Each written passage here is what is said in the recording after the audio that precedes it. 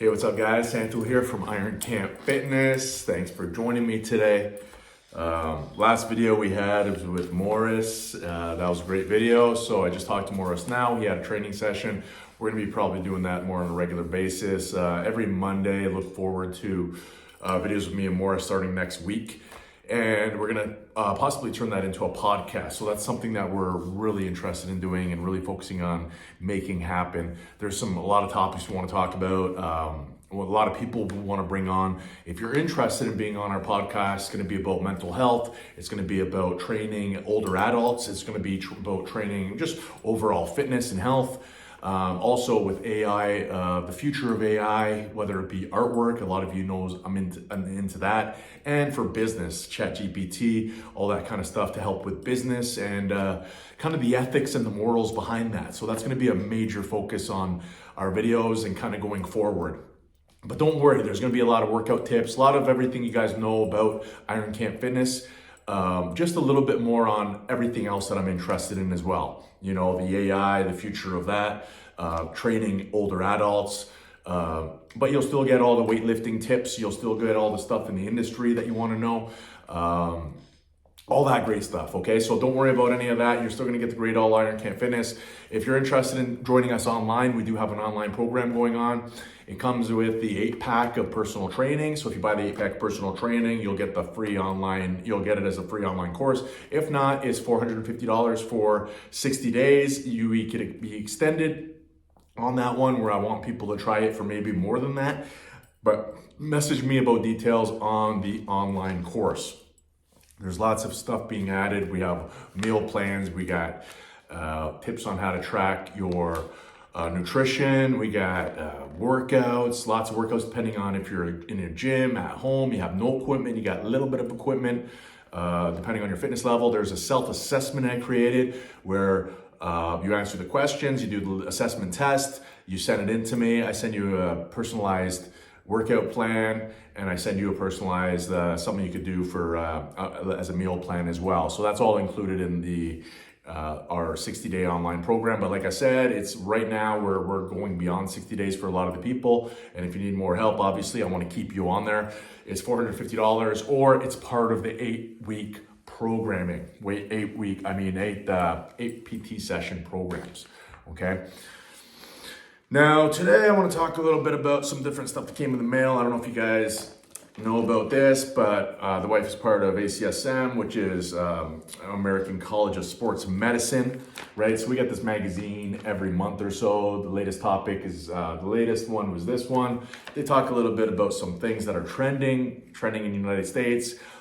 For 2023 is number 1, wearable technology. Number 2, strength training with free weights. Number 3, body weight training. So learn how to body weight train yourself, move yourself effectively. Number 4, fitness programs for older adults. That's really important. That's one thing that Iron Camp's been doing a lot of and focusing on that for the future. And number 5 is outdoor activities. Now that's for the US, that's what we're looking at trending in 2023. So number 1, wearable technology. So, you know, heart rate monitors, all that kind of stuff. Strength training with free weights.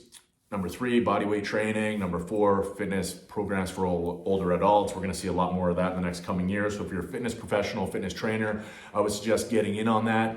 Message me if you need any help with that, because it is different training older adults. You need to think about different levels of fitness. You need to think about injuries, past injuries, certain levels of medications, all sorts of things that depend on their energy levels and how they're gonna be recovering. Okay. Great thing about this is it goes, oh, I've been holding on to that for a little while. All right, got that out. Sorry guys, excuse me. It does go around the globe though, so that's the United States, which I'm gonna put Canada in there. We got ones from Spain, which is number 1 is functional fitness training, trending for 2023. Number 2, small group personal training. So small group personal training. Number 3 is personal training. So this was kind of trending in the US, Canada about 5-6 years ago. So you'll see it's starting to kind of pick up now in Spain. So the functional, the small group, the personal training, employing certified professionals, number 4, and free weight strength training, number 5, okay?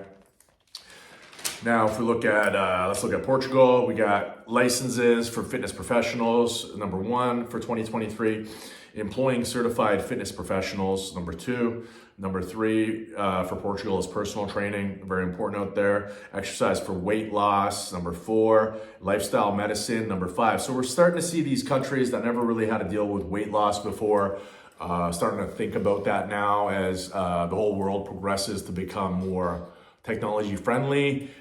Easier for us, actually makes it harder on our bodies. We discussed that before in our videos, and that's something we'll continue to be discussing as we go forward with our training, with our videos.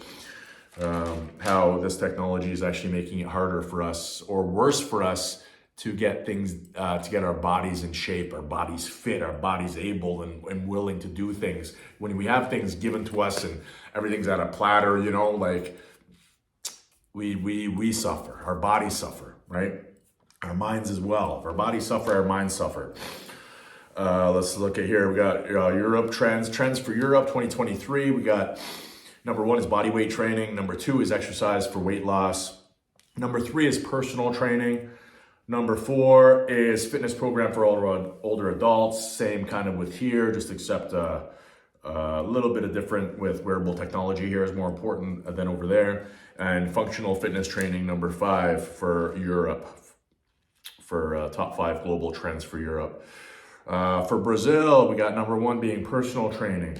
Number 2 being exercise for weight loss. So we're seeing those countries too in South America, focusing a lot on weight loss. As we're seeing, they didn't have issues like that before. Weight loss wasn't even an issue in 2022 or 2021. It's becoming one now in 2023. Fitness program for older adults. As we age as a society, you're going to notice that there's more need for fitness programs for older adults. So that's going to be very important.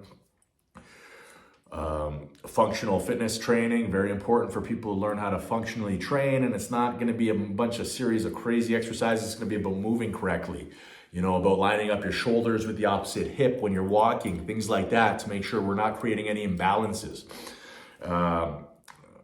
On the contrary to what some may see on, Instagram and stuff like that, functional training is not a bunch of bells and whistles and crazy things. It's watching gait speed and gait length and landing of the heels and the toes and how you take off and movement and shoulders. And it's really about observing and videoing and making sure we're moving correctly. It's not, crazy, acrobatics that you might see for functional training and, what's maybe your popular a fitness professional is doing. Okay, so these are kind of things I want to make sure that we talk about as my videos and as YouTube kind of carries on for us in Iron Camp Fitness, and for those that are following us, to really understand what it means to functionally train.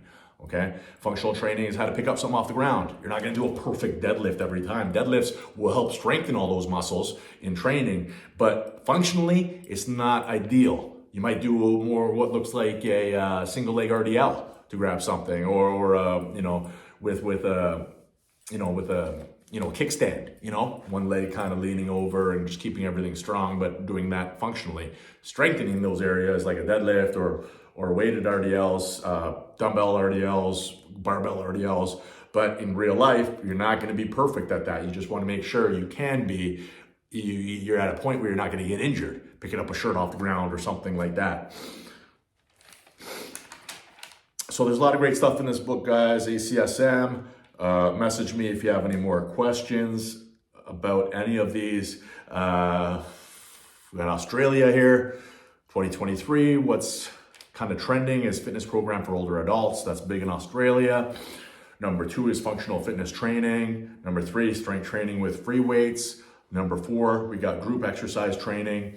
And number 5, employing registered exercise professionals. So that's big for Australia, with number 1 being fitness program for older adults. I bet you we're going to see that fitness program for older adults being number 1 in the next 2-3 years. So for you fitness professionals out there that are not quite sure what niche to get into or where to kind of put yourself, I'm telling you, fitness training for older adults is going to be huge. You're going to be busy. You're going to have a lot of people looking for that kind of advice and that kind of help. So try to get yourself into that. We're going to be talking a lot about that as the time goes on. So With Morris especially, he just picked up a new leg. He's got, he's an above the knee amputee, so his new leg really is different now. It kind of does a little bit of pronate, supinate with his foot, and there's a lot of different things that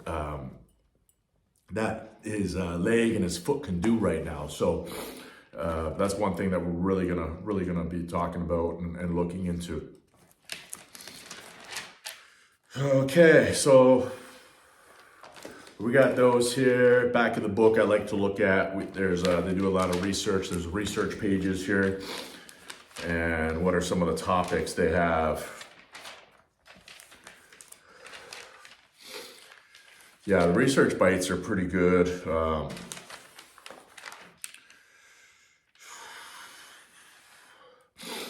One of the research bites is, let's consider Nordic walking. So Nordic walking is kind of walking outdoors.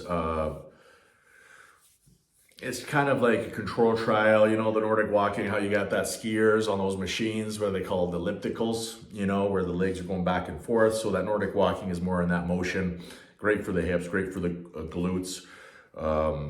They had one group randomized control trial, 166 adult women, age 50 to 69. Were divided into 3 groups: control group, a Nordic walking group, and a recreational walking group. The Nordic walking group and the recreational walking group both exercised on a track for 35-45 minutes, 3 times per week for 12 weeks. Intensity was maintained at 60% to 65% of maximum heart rate. So I guess that has nothing to do with training outdoors or in the cold. It's just the type of walking that you're doing. So it's for Nordic walking is specifically for they kind of joke about it being in the snow, but and trekking poles and stuff like that, but it is having your arms move with your legs and pretty much a straight-legged, not much bend in the knee, kind of sliding, more of a gliding motion, right? Like if you guys remember those old gazelle trainers, kind of very similar to that. What was that guy, Tony Little? Do you guys remember Tony Little? He used to kind of have that gazelle, I think it was called, where he used to fly his legs going up and down, looking crazy. Very similar to that, except not as crazy. All right. So what were the findings? We had 60-75%, 75-80% during the 3rd and final month. Intervention, I'm really destroying this. Nordic walking group showing greater benefits than the recreational walking group, which in turn has significantly better outcomes than the control group. So the Nordic walking group had better outcomes for these women that were in the 50 to 69-year-old range, 35 to 45 minutes of Nordic walking, which, like I said, was that kind of using the arms, kind of pulling the arms with the legs going forward. I'm curious to see how they did this on a track. Like, did they have something on their legs? Did they slide? Did they have sliders or something?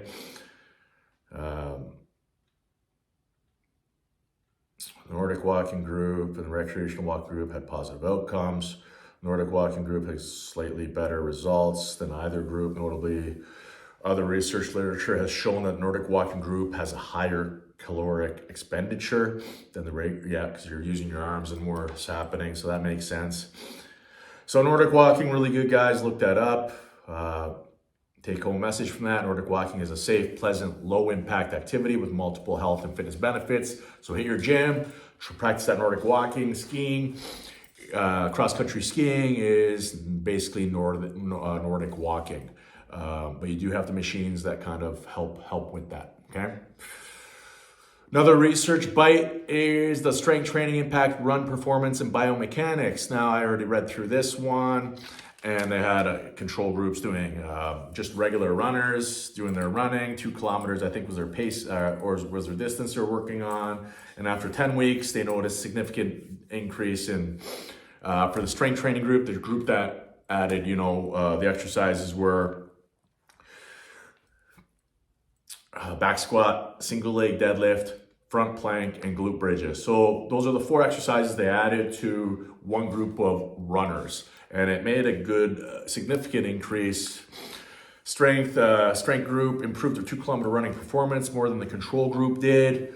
79% of the group versus 29% of the other group. 2 kilometer times increased by 2% or more. They didn't really see a huge VO2 max increase. They looked at that as well. But there was a good change in time to exhaustion. So 12.5% of them didn't reach exhaustion until much later than they usually did. So by including the strength program was good. And like I said, their exercises were back squats, their exercises were single leg deadlifts, RDLs, their single leg, the glute bridges.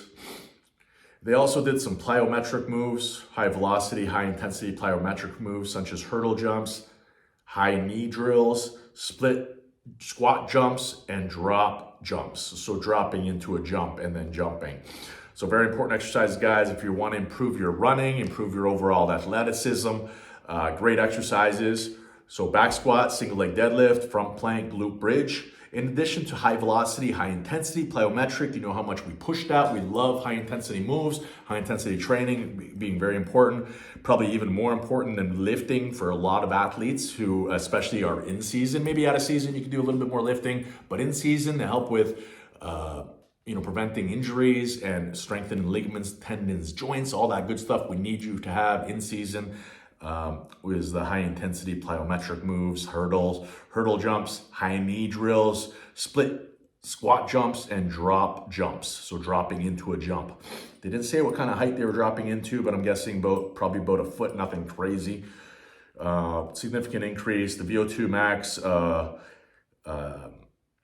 time to exhaustion during the VO2 max.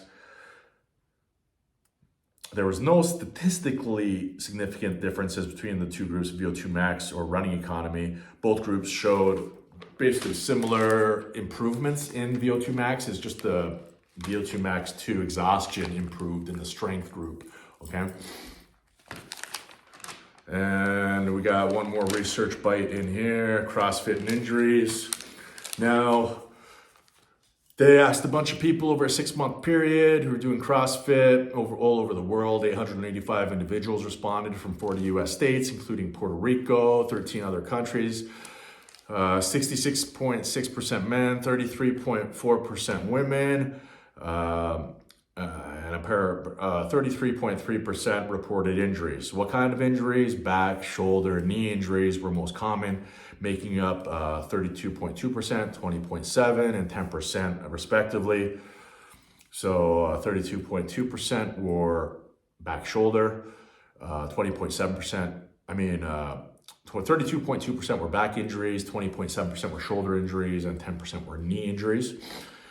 Injury prevalence was higher in those who rated themselves as advanced. We talk about this a lot.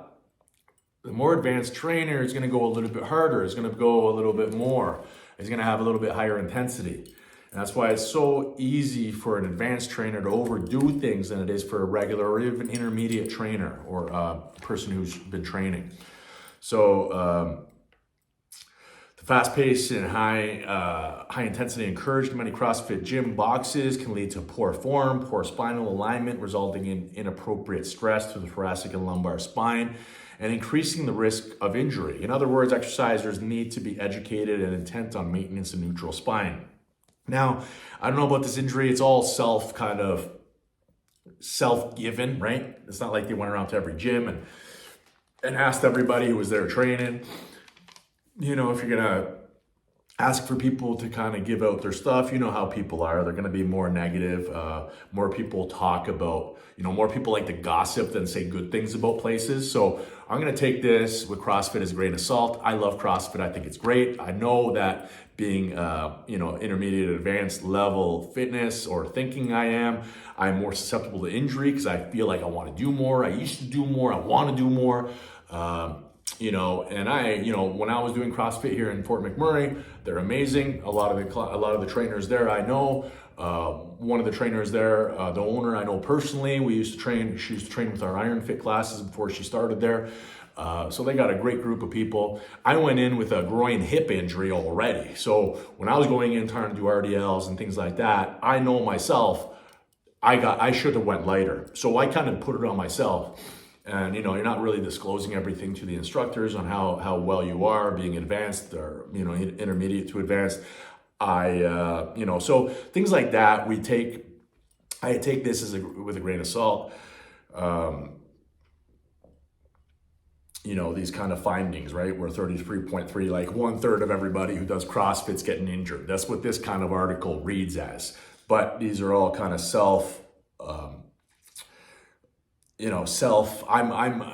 you're asking people and they're just kind of putting in their information, right? So, like all studies, this one has some important limitations. For example, it's self-reported. That's what I'm looking for. Self-reported survey allowed participants to recall previous CrossFit-related injuries as well as those they're presently experiencing.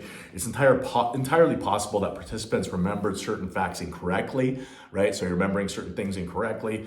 In addition, the study may have inadvertently attracted more participants who were interested in reporting their injuries. So there's a selection bias with those, right? So you always got to watch out for this and find out, was there selection bias? Are we asking people to self-report? Are we going in there and kind of catching people off guard and having them, I'm sure after a CrossFit class, you talk to these people, probably you're going to get a lot more positive. You're probably looking at maybe a 10%.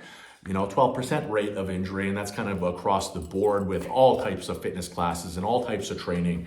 Not so prevalent as what you see here with the self-reported group of 33%, which is pretty high. So you're gonna get that selection bias. Therefore decided injured exercisers may have been less concerned and therefore decided not to participate. So if you're not uninjured, you're probably less concerned and you're probably not going to participate in this, so those kind of things are big. And you want to make sure that whenever you're looking at studies and stuff like that. So anyways, guys, I got that for us in the news. So we're looking at older adult training being trending. We're looking at wearable technology trending more in like North America, Canada than it is anywhere else in the world. We're looking at these other countries needing more fitness professionals, certified fitness professionals, people for the gyms as trending in these other countries, Europe especially. We're seeing fat loss or weight loss coaches being trending where we had that trending 5-6 years ago. We're seeing that trending now in countries where we never saw that trending before. So in places, like Brazil, South America, like Europe, like places where now, ease of life and technology is making it harder on our bodies. Another thing I want to go over quickly, and I'll probably go over this with Morris too. I still have a lot more of our testimonials to do, but I want to go over quickly how I've been getting into a frequency. So I talk a little bit about my mental health and how I've been dealing with stuff since the military, even before that, PTSD, bipolar, ADHD, things like that I'm trying to help you through, even adults, aging adults through with themselves and dealing with their stress and inconsistencies, but kind of imbalances or, insecurities, I guess, more insecurities on things. So I've been studying a little bit about frequencies and, there's different frequencies and there's one I found, and you can go on YouTube and find different ones. I like to do the ones without music. So it's just like a humming sound, really. It's like, and there's different frequencies for that are going to help with different things. And I've been having, night terrors or what you call sleep paralysis. I don't know if you guys had that, but it's like when you're frozen, you're kind of in a sleep state, but you're not sleeping. You're just like frozen and you can't move, and you're like, you feel like there's a demon or something trying to get you, and you can't even scream, but you're awake, but you're not. It's a really weird thing. It's really scary. I've had that a few weeks ago.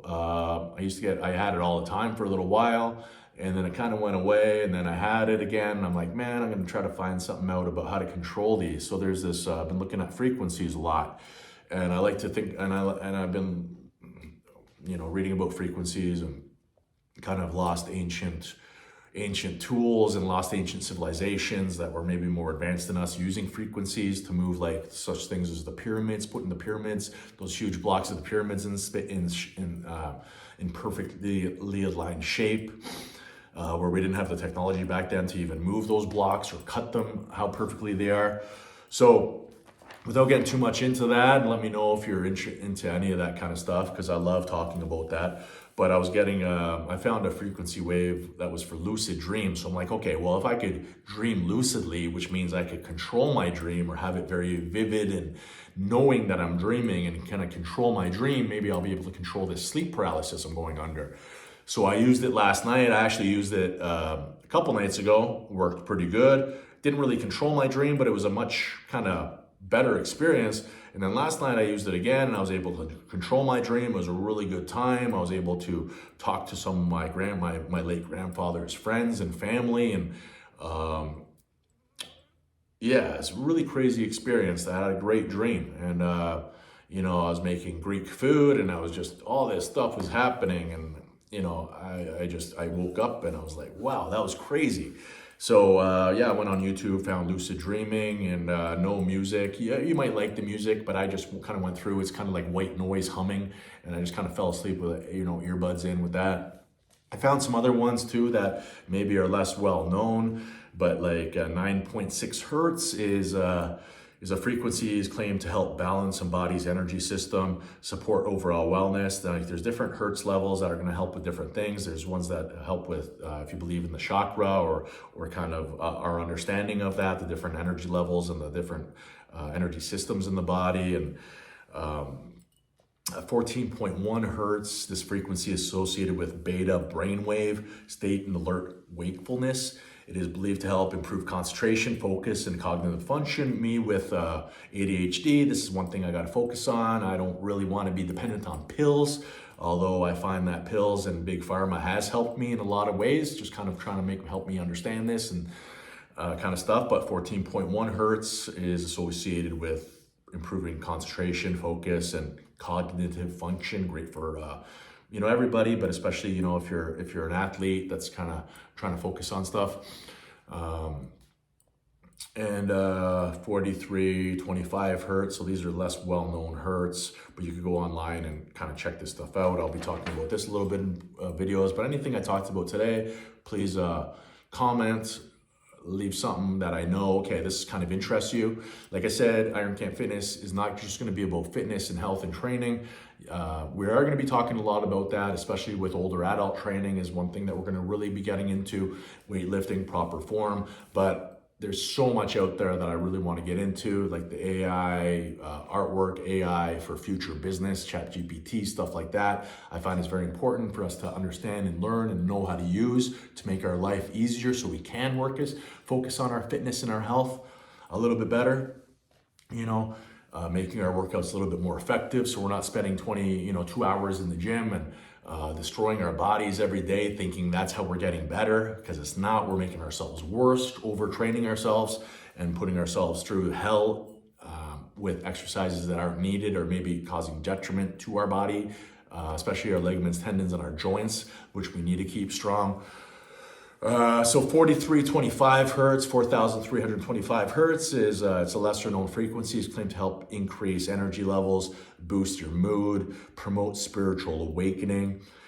Some practitioners believe it can help activate higher states of consciousness. So I'm all about this kind of stuff, naturally finding higher states of yourself, putting yourself in better feeling wavelength where you're just kind of more at ease with who you are. You're going to be able to communicate better with loved ones, with anybody in business and in life in general. You're just going to be able to communicate better.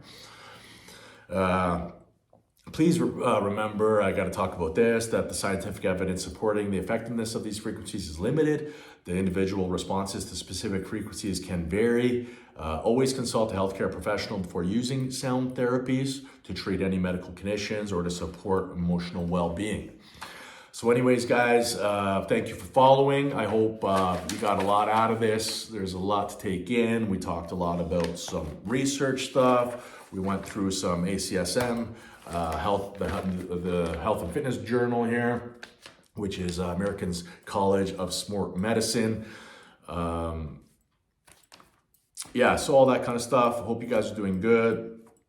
like I always like to say, strive without cease. Message me if you have any questions at all, bodybuilding related, strength training related, training yourself. If you're an older adult, young kid, getting into sports, mental health stuff, you're learning in AI. Oh yeah, and like I have a course now on Sundays at 11 a.m. Sign up online. It's $10. Join me. I'll be learning AI with you. We're going to be teaching each other. We're going to be teaching you and about what I know about creating stuff for online digital marketing, stuff for shirts, stuff for anything that you want to create, maybe for your business or for yourself, and also kind of how you can help AI in business. It's helping me learn code, or I should say like different types of things like Python and JavaScript, and how I can help that integrate into my business, my online programs I'm running, all that good stuff. So thanks a lot, guys. Thanks for watching. And Santo from Iron Camp Fitness. Strive without cease. I'll talk to you next video. See you later.